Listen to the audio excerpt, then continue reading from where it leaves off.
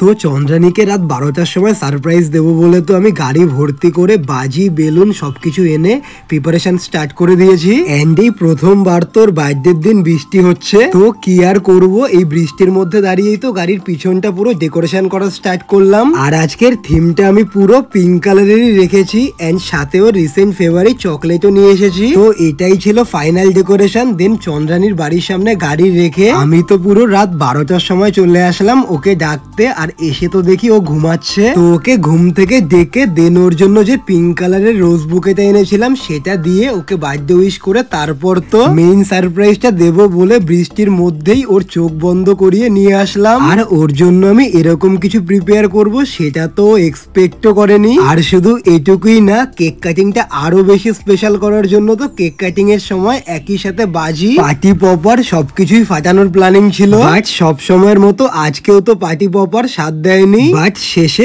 মাঝ রাস্তায় বাজি ফাটানো সারপ্রাইজটা তো একদম পারফেক্টলি হয়েছে। তো ম্যাডামের বার্থডে নিয়ে তো এখনো আমার প্রচুর প্ল্যানিং বাকি। তো চলো বাই।